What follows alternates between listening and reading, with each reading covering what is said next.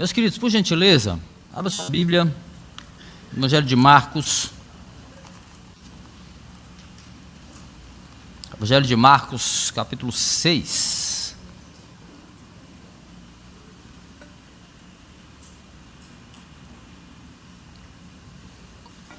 Enquanto você procura aí, dá as boas-vindas. Se temos visitantes hoje, sejam bem-vindos. Os irmãos da igreja, sejam bem-vindos. Os irmãos que nos acompanham também pela internet, muito obrigado pela companhia. Depois da noite que nós tivemos ontem maravilhosa de louvor e adoração ao Senhor aqui na igreja, estamos aqui, firmes para continuar em adoração a Ele. Agora dedicando a nossa atenção, nosso louvor, a ouvirmos o que a palavra do Senhor tem a nos dizer, a nos instruir nesta manhã. Que assim seja. Todo mundo abriu? Marcos capítulo 6, nós vamos ler do versículo 7 ao versículo 13. Maravilhosa passagem do Evangelho de Marcos. Hoje nós vamos falar sobre evangelismo e também o papel da igreja na missão de anunciar o reino de Deus. Então vamos ler, eu vou ler na Nova Versão Internacional, na NVI. Por gentileza, se você tiver a versão NVI, leia na sua Bíblia, tá bom? Se você preferir ler aqui no telão, eu destaquei o texto para você, tá bom? Então vamos ler com atenção, reverência, a palavra do Senhor. Assim diz o texto bíblico. Marcos capítulo 6, versículo 7 ao 13. Chamando os 12 para junto de si, enviou-os de dois em dois e deu-lhes autoridade sobre os espíritos imundos. Estas foram as suas instruções. Não levem nada pelo caminho, a não ser um bordão.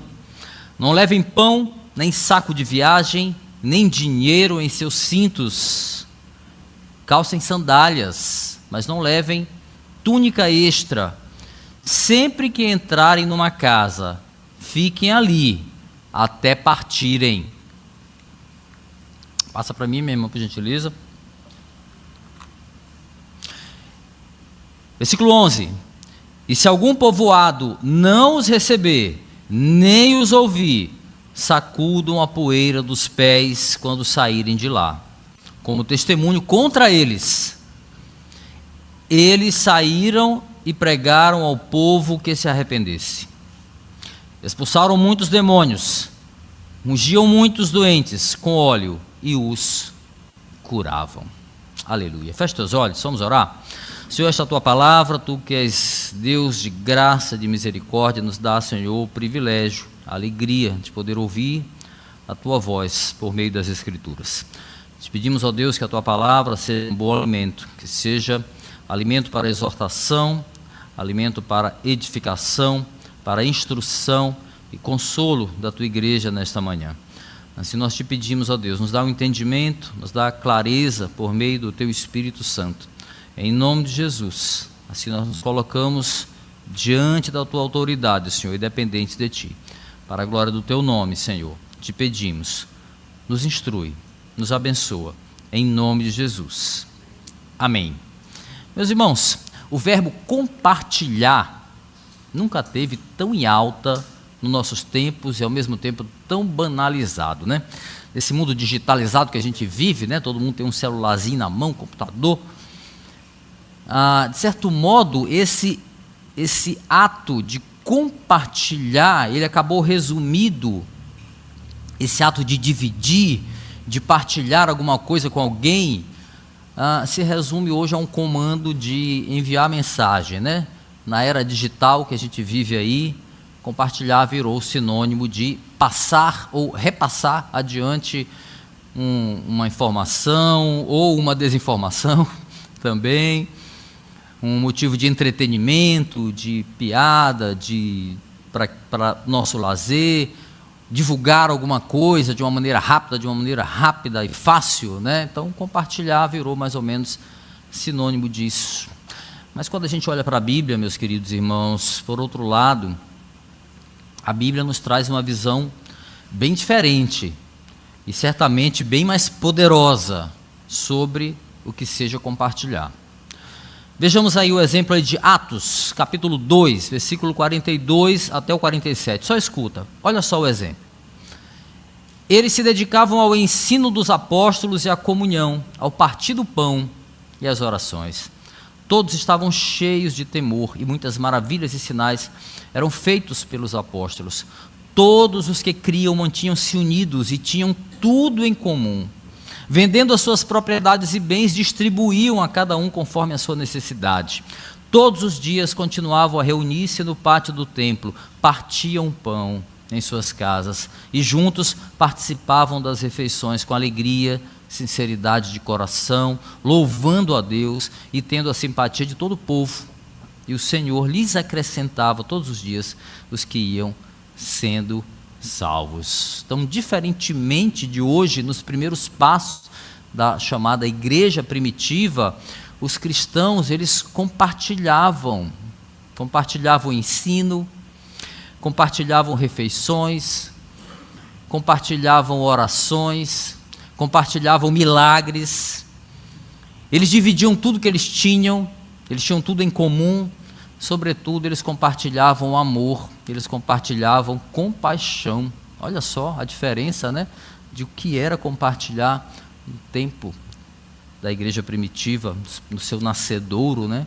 Ainda que nesse mesmo capítulo 2 do livro de Atos, nós vemos talvez o ato mais poderoso de compartilhamento que a igreja já tinha vivido até então. Qual foi? O derramar do Espírito Santo sobre a igreja. Aleluia, em cumprimento à promessa de Jesus, em cumprimento à palavra profética escrita pelo profeta Joel, também no Antigo Testamento.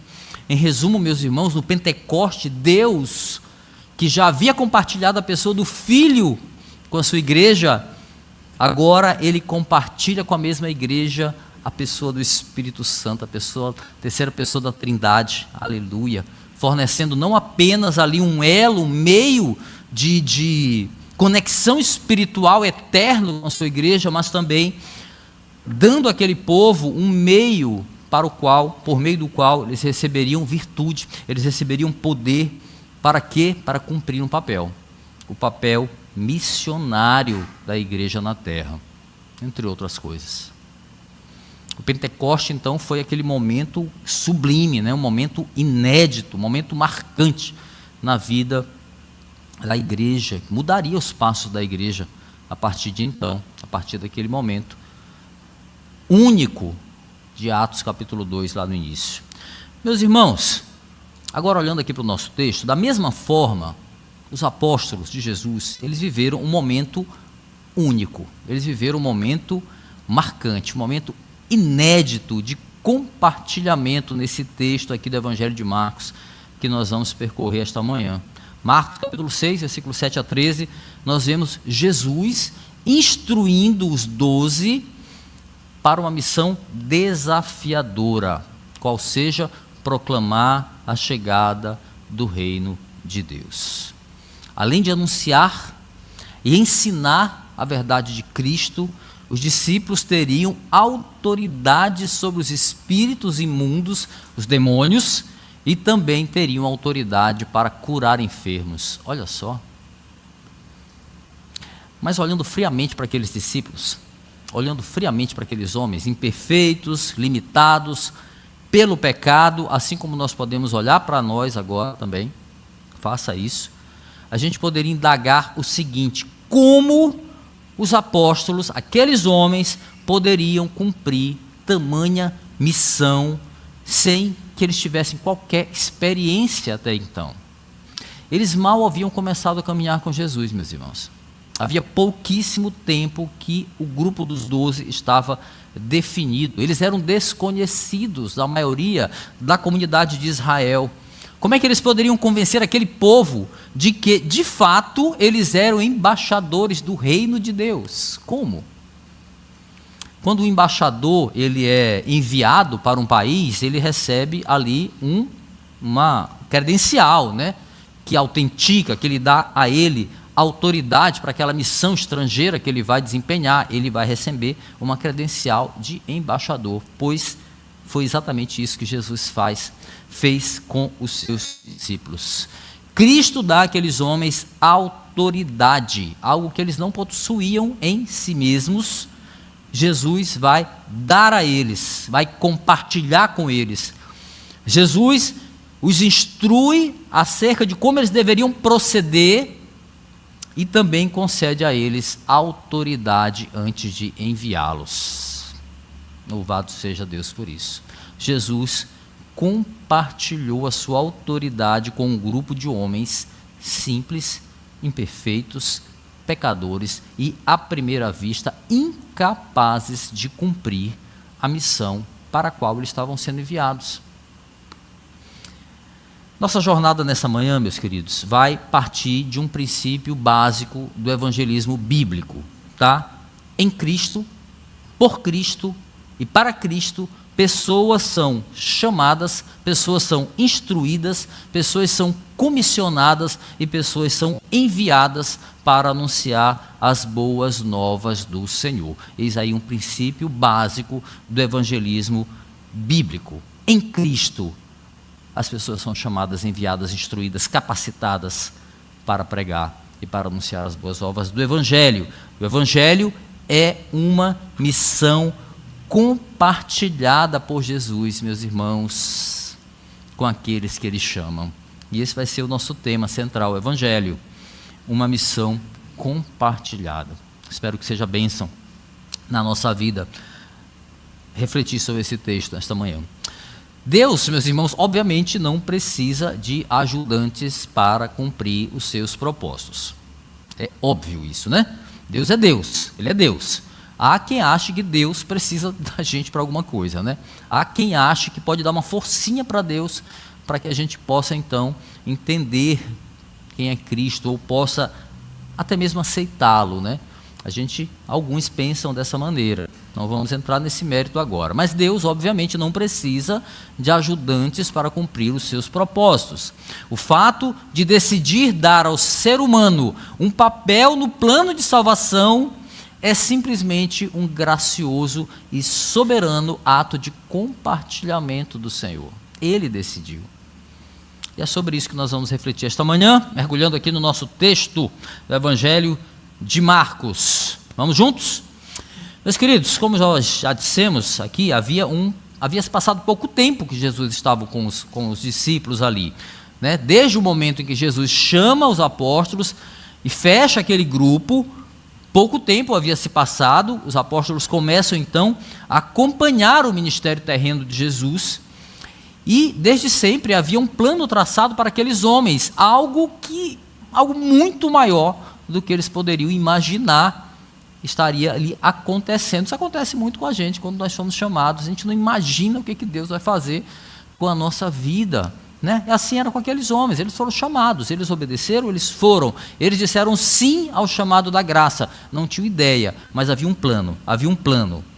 E meus irmãos, como todo plano, como toda tarefa difícil, tarefa árdua, era preciso um treinamento prático. E foi exatamente isso que aconteceu com os discípulos que Jesus chamou, e acontece com todos que Ele chama até hoje. Um treinamento prático. Cristo, meus irmãos, chama, envia e comissiona para o serviço. Olha o que diz o versículo 7. Acompanha.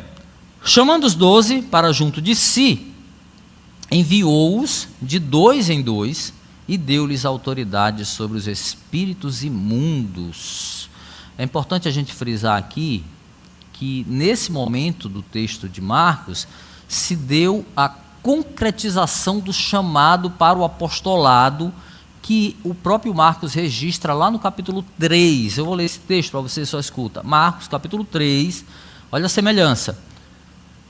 3, 14 e 15, diz assim: escolheu 12, designando-os como apóstolos para que estivessem com ele e os enviasse a pregar e tivessem autoridade para expulsar demônios. Então ali era o momento da escolha, aqui se concretiza, né? Ali se concretiza o apostolado na vida daqueles homens.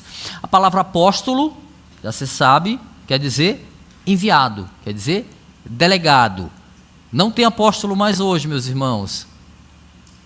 Infelizmente, algumas igrejas pregam isso. Não tem embasamento bíblico, não tem fundamento, além de uma vaidade humana de querer ser mais do que pastor. ponto, abri e fechei rapidinho para depois não puxar minha orelha, mas eu preciso instruir a igreja que eu sirvo. Então, não existe mais apostolado só naquela época. Por quê? Porque eles foram chamados pelo próprio Jesus, foram comissionados pelo próprio Jesus, isso é uma das características. Então, apóstolo quer dizer enviado também, grosso modo, né? O termo, o significado da palavra, né? Delegado. E aqui, Marcos, capítulo 6, se dá a concretização desse propósito na vida daquele grupo escolhido por Jesus. O texto vai revelar, quando a gente olha para ele, uma ordem nessa chamada, né? Chamando os 12 para junto de si, enviou-os de 2 em 2 e deu-lhes autoridade sobre os espíritos imundos. Então, primeiramente, Jesus chama os 12 para onde? Para junto de si, né? Chama para junto de si. Esse ato aqui, meus irmãos, representa o quão necessário é estarmos próximo de Cristo, como um condicionamento, como uma condicionante para nós servirmos ao reino. Precisamos estar perto de Jesus, precisamos estar junto dele. Então, ao chamar os 12 para perto dele, o que Jesus está fazendo? Ele está indicando cuidado especial com eles, cuidado com os eleitos, preocupação em instruir aqueles homens de uma maneira muito pessoal, de uma maneira muito íntima, de modo que as suas palavras fossem perfeitamente ouvidas, fossem compreendidas. Eles estavam perto. Ele chamou eles para perto, para ouvir as instruções. O problema de muitos de nós é achar que nós podemos iniciar um trabalho para o reino sem buscar proximidade com o mestre, sem ouvir claramente o que ele tem para dizer. Muitos se conformam em ouvir as palavras de Jesus à distância, longe do rebanho, longe do grupo, longe, onde os ruídos de falsos mestres, falsos ventos de doutrina podem facilmente complicar a compreensão da instrução que Jesus está nos dando. Pela ordem aqui, primeiro ele chama, depois de chamar os 12 para juntos, Jesus o que? Envia de 2 em 2, dando-lhes autoridade, diz o texto. Marcos relata que Jesus chama os 12, envia eles em pares para alcançar as aldeias da Galileia. A gente vê com mais detalhes lá no livro de Mateus sobre isso, esse detalhe, a gente vai já ver esse texto. Aldeias da Galileia, para levar as boas novas do reino. E a intenção de enviar em duplas, meus irmãos, tem um fundamento, tá? Um fundamento bíblico, uma prática instituída lá em Deuteronômio, em duas passagens, Deuteronômio 17, Deuteronômio 19, mencionada por Paulo também em 2 Coríntios, capítulo 13, versículo 1. Qual era o sentido? De 2 em 2, porque pela lei e também pela tradição judaica também, era preciso que houvesse pelo menos 2 testemunhas para poder comprovar um fato. Isso existe até hoje, né? É uma regra da própria igreja. É bíblico isso, que houvesse 2 testemunhas para comprovar um determinado fato. Mas, na estratégia de Jesus, havia mais do que isso. Havia um objetivo evidente de haver apoio mútuo ali, de haver apoio entre os irmãos, de haver comunhão entre os irmãos. Olha o que diz Eclesiastes capítulo 4, texto muito conhecido. Diz assim, Eclesiastes 4, 9 e 10. É melhor ter companhia do que estar sozinho, porque maior é a recompensa do trabalho de 2 pessoas. Se um cair, o amigo pode ajudá-lo a levantar-se, mas pobre do homem que cai e não tem quem o ajude a levantar-se. Isso é uma lição muito clara para a gente, né, meus irmãos? Muito clara. Nós precisamos uns dos outros. Nós precisamos uns dos outros para cumprir a obra que o Senhor nos confiou. Ninguém ache que pode fazer a obra do reino sozinho. Ninguém ache que é suficiente para fazer a obra isolado, por exemplo, num quarto, assistindo pregações pela internet e passando mensagens pelo celular, mensagens bíblicas. Isso não é a obra do Senhor. Não nos enganemos. Ninguém pode fazer a obra do Senhor sozinho. É melhor ser 2 do que 1. Se um cair, o irmão pode ajudá-lo a levantar-se. Pobre daquele que cai e não tem quem o ajude. a ficar de pé novamente. Não é isso, meus irmãos? Cuidemos de alguém. Nos apoiemos, nos ombreemos em alguém. Não nos achemos suficientes, autossuficientes. Veja que Jesus envia os apóstolos, mas ele não envia de qualquer jeito. Vai, te vira. Não. Ele os envia em pares, mas não sem antes de dar a eles autoridade. Aqui especificamente autoridade sobre espíritos malignos. Meus irmãos, qualquer obra relativa ao reino de Deus, relativa à igreja, pode ser a mais simples que seja, ela é espiritual. E ela vai lidar com posições espirituais. É preciso autoridade vinda da parte de Cristo. Qualquer obra relativa à igreja é espiritual. Pode ser a coisa mais simples. Precisa de autoridade vinda do Senhor, porque terá oposições.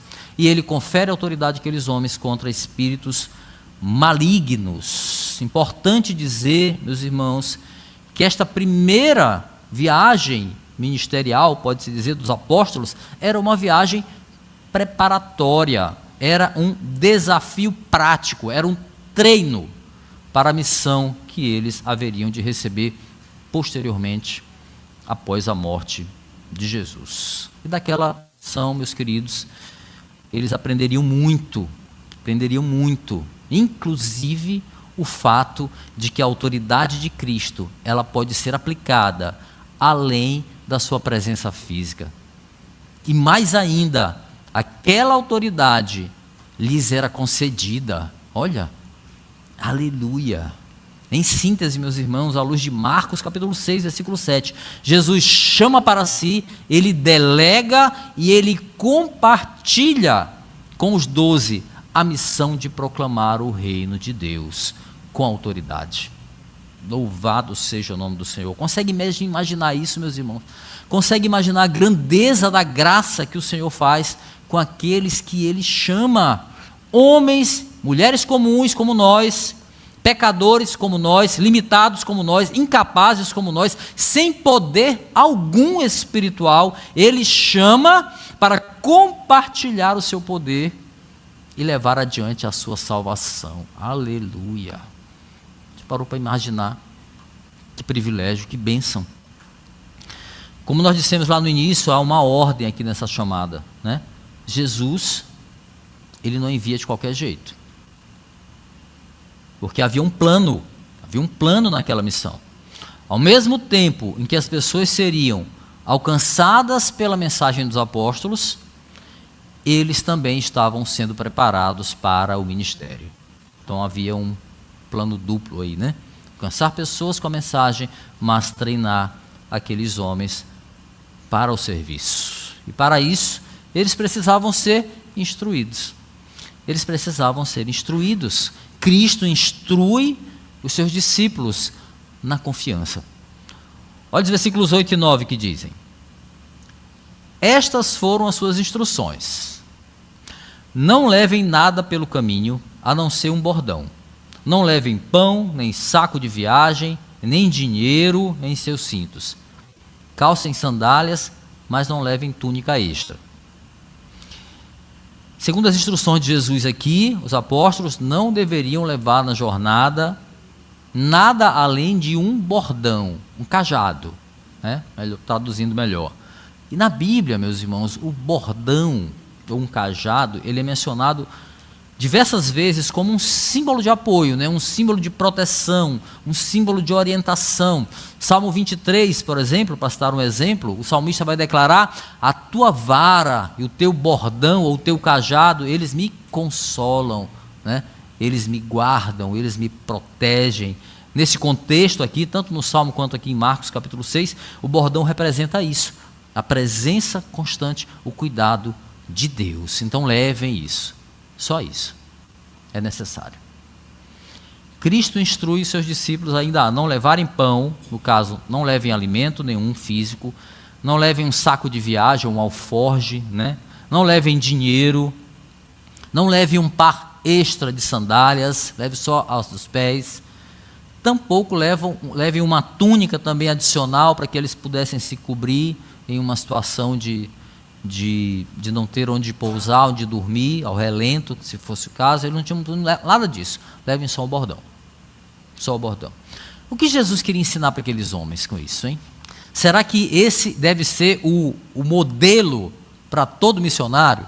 Será que deve ser o padrão? Todo missionário tem que fazer exatamente assim? Todos que ministram de uma forma itinerante, que saem em uma missão, será que precisam seguir esse modelo aqui? Não, meus irmãos, não.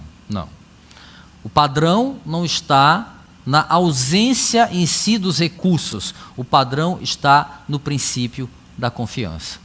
Da confiança. Jesus precisava despertar naqueles homens, nos discípulos, e despertar em nós também uma completa dependência de Deus, confiança plena na sua provisão. Nós temos completa dependência, completa confiança na provisão do Senhor. Eles deveriam crer que o Senhor forneceria o alimento que eles não tinham, forneceria o alojamento que eles não tinham, a coberta que eles não tinham, e se precisasse, sandálias novas que eles também não tinham. Durante toda a jornada, eles precisavam confiar. Por isso eles levaram só o bordão, símbolo da presença, da proteção e da direção do Senhor. Aleluia. Meus irmãos, os apóstolos aprenderiam aqui, a gente vai ver mais na frente, que Deus supre as necessidades daqueles que eles chamam para anunciar as boas novas. Deus cumpre a sua palavra. Jesus os supre primeiramente da necessidade que eles tinham de autoridade. Eles precisavam ter isso. Eles são supridos. Mas, ao mesmo tempo, ele está ensinando os apóstolos a depender do Senhor, porque eles também precisavam disso. E ao mesmo tempo ainda, ensinando para eles um modelo de humildade. O equipamento daqueles homens era simples, era prático, era só o necessário, era só o que eles precisavam. Eles não pareciam mendigos, não era isso, né? Que aí seria uma espécie de ostentação, entre aspas, às avessas, né? Como quem quer transparecer ali uma falsa humildade. Não, eles não eram parecidos maltrapilhos, não era isso. Eles eram simples. Por isso eles não ostentavam uma riqueza, eles não ostentavam posses. Bem diferente, né, de pregadores aí de hoje, que ostentam bens como sinônimo de bênção, né? Para dizer que são muito bem abençoados. Os apóstolos daquela época não eram assim. Os apóstolos de hoje são um pouquinho diferentes, né? Pois é. Preciso nem dizer muita coisa. Desculpa, meu amor. É automático. Paulo diz que a gente tem que pregar contra as heresias. E eu tenho que instruir a igreja. O exemplo que Cristo nos passa, meus irmãos, acerca de seus discípulos é o da simplicidade, é o da humildade, é o da confiança e da total dependência de Deus. Esse é o princípio. O preparo dos apóstolos envolvia ainda um princípio evidente aqui quando nós pensamos no ministério terreno de Jesus. Olha só, Jesus veio para anunciar, para pregar e para ensinar acerca das boas novas do reino de Deus, não é? Mas nesse propósito, meus irmãos, havia também um propósito de separar grupos de pessoas. Quais grupos? Aqueles que creriam e se renderiam ao seu senhorio e aqueles que rejeitariam. Aqueles que tapariam os ouvidos ou simplesmente seriam incapazes de ouvir porque não poderiam. Separar grupos de pessoas.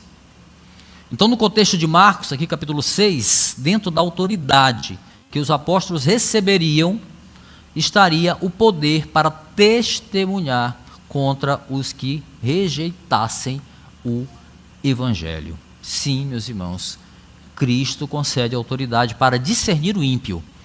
Olha que dizem aí os versículos 10 e 11, diz assim: sempre que entrarem numa casa, fiquem ali até partirem.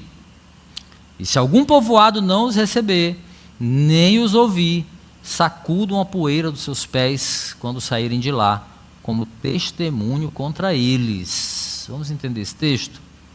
Importante aqui a gente mencionar um detalhe que é citado lá no Evangelho de Mateus, acerca desta primeira tarefa missionária aqui dos apóstolos. Escuta, Mateus capítulo 10, versículo 5 em diante, diz assim: Jesus enviou estes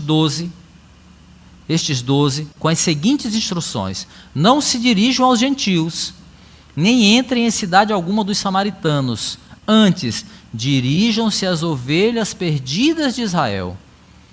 Por onde forem, preguem esta mensagem: o reino dos céus está próximo.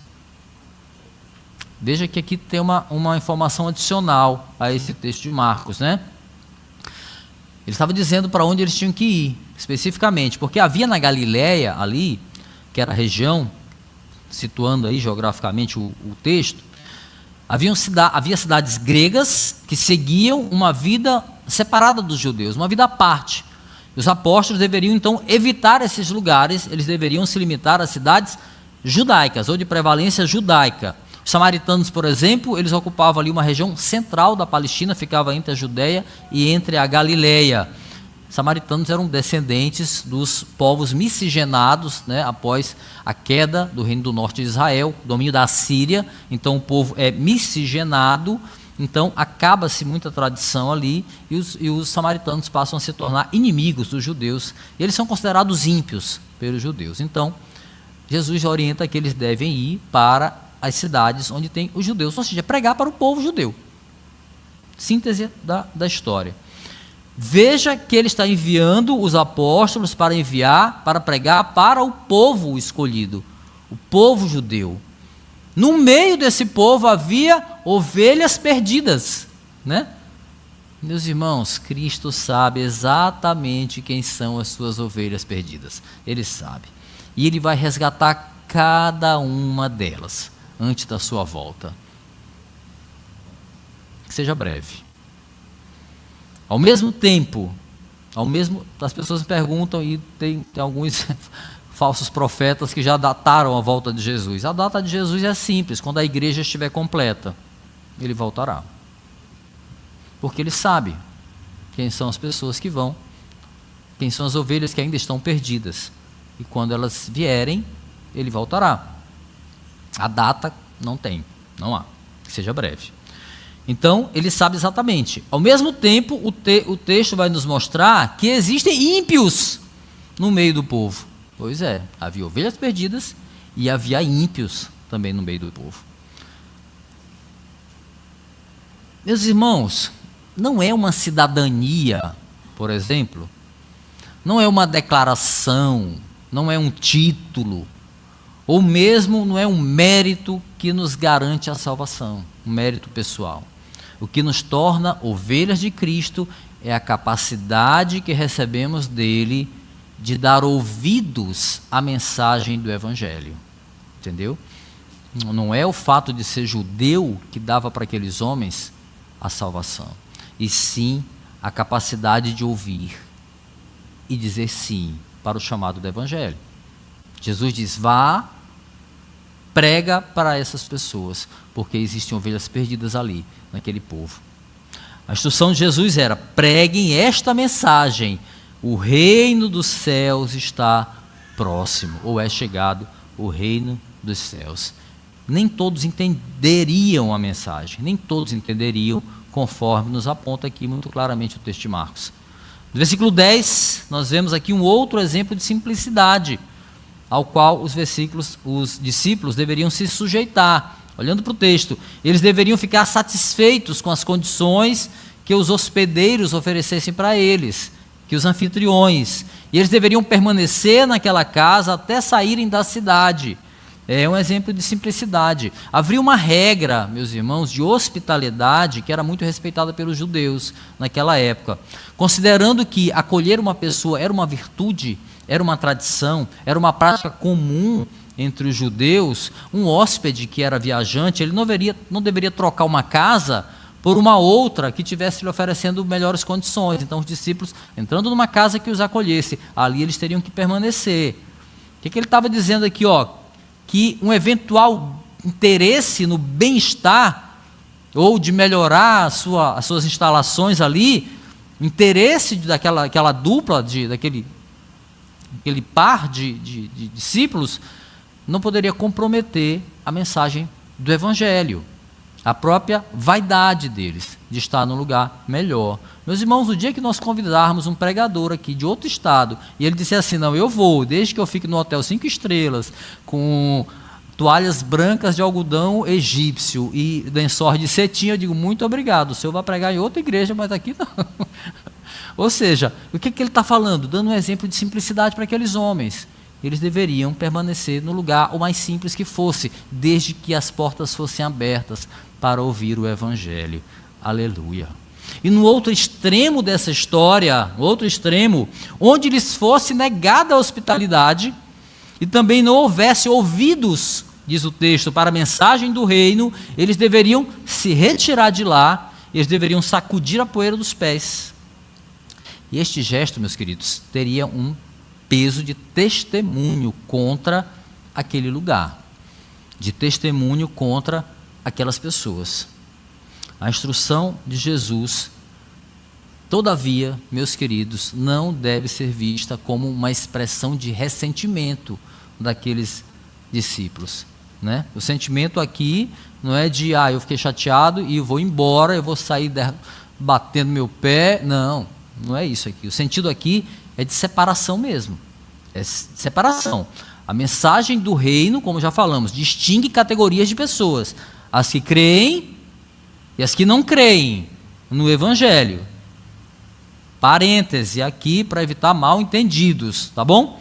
Essa instrução aqui é para aqueles que consideram a Bíblia a palavra de Deus, ainda que de uma maneira embrionária que seja, para pessoas que creem que exista um plano de salvação revelado nas Escrituras. Para quem não crê, a mensagem do reino nunca fará o menor sentido, tá? Se ela faz sentido para você, abra os seus ouvidos e ouça. Voltando agora para o Evangelho, voltemos à missão aqui dos apóstolos. A eles, meus irmãos, Cristo deu autoridade para discernir quem era ímpio e quem não era, dentro do povo judeu. Olha só, meus irmãos, logo, o gesto de deixar a cidade, de sacudir a poeira dos pés, indicava que o lugar fora julgado pagão, e aquelas pessoas também, e que a única chance que aquelas pessoas teriam era o arrependimento. Então, o gesto era muito forte, muito emblemático, não tinha rancor, não tinha ressentimento, tinha mensagem: arrependam-se. É a única maneira. Para alguns não fazia o menor sentido, para outros fazia. Quantos buscaram arrependimento? Não sabemos. Cristo sabia. Meus irmãos, outra coisa importante dizer: o fato de ter recebido discernimento sobre os pagãos não dá aos crentes o direito de sair apontando por aí quem é que vai para o inferno e quem não vai, né? Você vai para o inferno, você não vai para o inferno. Na verdade, esse tipo de atitude ela é estúpida, né? Ela é estúpida. Ela serve principalmente para afastar as pessoas ainda mais do Evangelho. Não façamos isso, certo? Meus irmãos, houve um tempo em que a mensagem da cruz era loucura para mim. Com certeza algum crente desse tipo apontou: esse aí vai para o inferno. Era loucura para mim. Eu era o exemplo perfeito daqueles que Paulo cita lá em 1 Coríntios capítulo 1, versículo 18, parte A. Ele diz assim: pois a mensagem da cruz é loucura para os que estão perecendo. Pois é, meus irmãos, mas o tempo passou. E pela graça de Deus, o Evangelho entrou. O Evangelho chegou na minha vida. E aí eu passei a fazer parte da parte B de 1 Coríntios capítulo 18, versículo. Parte B, 1 Coríntios capítulo 1, versículo 18, parte B, que diz assim: para nós Primeira parte diz: pois a mensagem da cruz é loucura para os que estão perecendo. Parte B: para nós que estamos sendo salvos, a palavra da cruz é o poder de Deus. Aleluia. Então, meus queridos, não nos apressemos em julgar quem vai para o inferno e quem não vai. Nos apressemos antes a amar. Nos apressemos antes a confiar que, embora Deus distinga os que são dele e os que não são, é Ele que sabe, é Ele que é soberano para saber aqueles que se arrependerão e confessarão a Cristo como Senhor e Salvador das suas vidas, e não nós. Por fim, meus irmãos, o texto nos mostra o resultado da instrução que foi dada por Cristo aos apóstolos. Meus irmãos, Cristo comissiona a pregar, a expulsar demônios e a curar. Versículos 12 e 13 dizem assim: eles saíram e pregaram ao povo que se arrependesse. Expulsaram muitos demônios, ungiam muitos doentes com óleo e os curavam. Novamente nós vemos aqui no texto, né, a concretização da chamada, né, que os apóstolos receberam de Cristo. A gente viu lá, né, Marcos 3, 14 e 15. Escolheu 12, designando como apóstolos para que estivessem com ele e enviasse a pregar e tivessem autoridade para expulsar demônios. Concretização do apostolado aqui novamente. Nesses versículos aqui, 12 e 13, de Marcos 6, a gente vê um resumo aqui do tríplice ministério, né, dos apóstolos: pregação de arrependimento, expulsar demônios e curar enfermos. Então aqui nós temos um tríplice ministério revelado aqui, exposto nesses dois versículos. Me parece coerente aqui a gente considerar a ordem, tá? Vamos considerar a ordem em que a pregação da palavra de arrependimento vem primeiro, né? Pregação da palavra do arrependimento vem primeiro. Meus irmãos, é a fé na mensagem da cruz que dá suporte a toda a obra da igreja. Tudo que vem adiante. É preciso fé no Evangelho, fé na mensagem da cruz. Expulsar demônios, curar enfermos, são consequências da missão daqueles cuja autoridade não está neles, mas naquele que é a palavra. Está no Messias, está no reino de Deus encarnado, que estava próximo e que está próximo. Aleluia. Não está em nós o poder. Aleluia. Meus irmãos, Marcos mostra que houve obediência, né, total dos discípulos aqui, na instrução do mestre. E o resultado prático da viagem deixa muito claro isso, né? Vidas se arrependeram, espíritos malignos foram expulsos, pessoas foram curadas. O resultado da obediência, né? Resultado da obediência. Apesar de serem inexperientes, os apóstolos, eles não questionaram o Senhor. Eles não disseram que eles não tinham tempo, que não sabiam como fazer. Não. Eles não criaram obstáculos para a obra que o Senhor estava compartilhando com eles. Eles já tinham visto uma pequena mostra de como Jesus procedia, né? Então eles trataram de imitar o mestre. Mas eles tinham experiência não. Eles obedeceram. Todavia, meus queridos, o mais importante é que eles receberam autoridade de Jesus. Eles estavam capacitados. Cristo havia compartilhado com eles o poder de pregar a palavra da salvação. Aleluia. O Evangelho é uma missão compartilhada, meus irmãos. É uma missão compartilhada por Deus com aqueles que Ele chama. A gente está diante aqui de uma bênção, mas ao mesmo tempo de uma responsabilidade que nos cabe, ou não. Como tem sido a nossa atitude diante desse chamado? É uma pergunta que nós devemos nos fazer diariamente. Diante do que nós ouvimos no texto de hoje, meus queridos, é nosso dever pregar o arrependimento a toda criatura.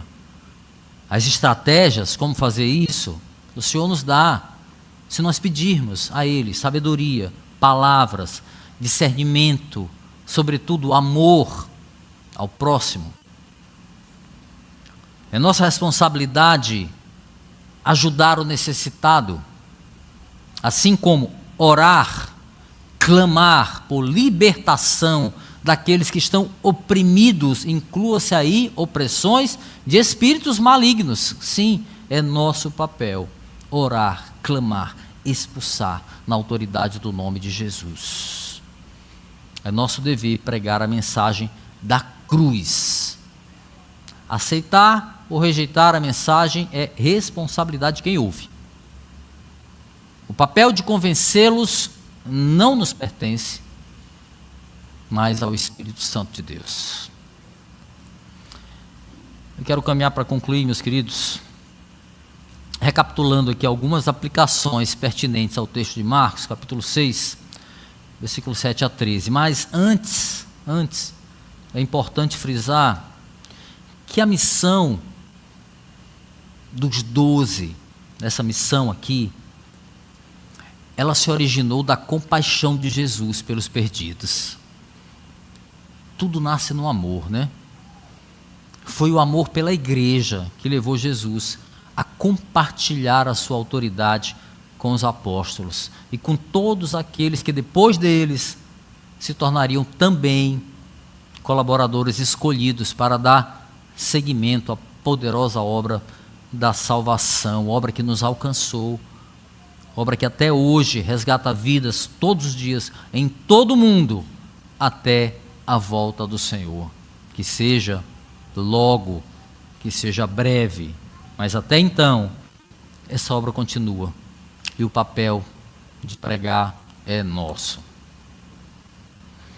Temos muitas lições aqui, tá? Que nós podemos recapitular, devemos aplicar a nossa vida após tudo que ouvimos aqui nesse texto de Marcos, capítulo 6. Primeiro, aprendemos que toda obra do reino, ela tem um caráter pedagógico e pode estar nos preparando para algo maior, certo? Então, daquela primeira viagem missionária dos apóstolos mesmo, daquela primeira viagem, o que aconteceu? Saíram os homens que mais tarde conduziriam os primeiros passos da igreja.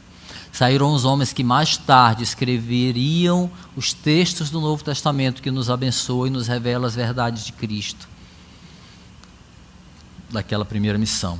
Sairiam testemunhos, sairiam mártires, sairiam líderes, sairiam pregadores, sairiam missionários. Aleluia. Por isso, meus queridos, jamais nós devemos subestimar o trabalho, o mais simples que seja, que nós recebemos para fazer na igreja. Jamais. Ele pode ser apenas a preparação para algo maior que está pela frente.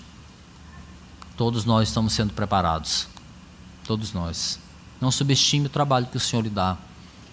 Não subestime as oportunidades que o Senhor dá. A mais simples que seja.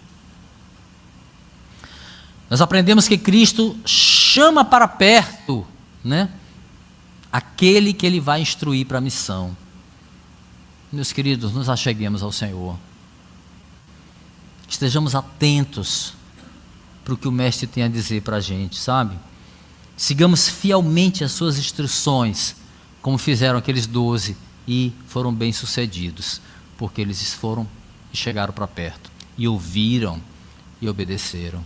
Nos acheguemos ao Senhor.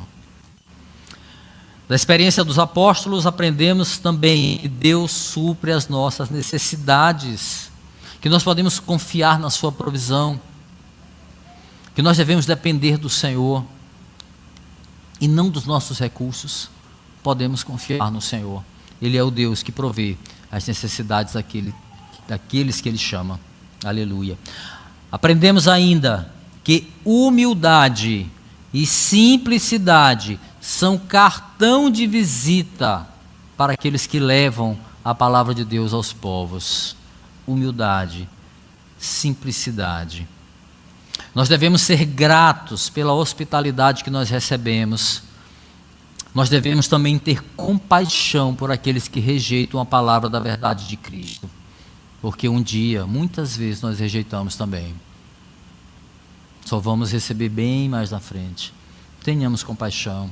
Não nos apressemos em condenar, em julgar, em apontar. Nos apressemos a amar.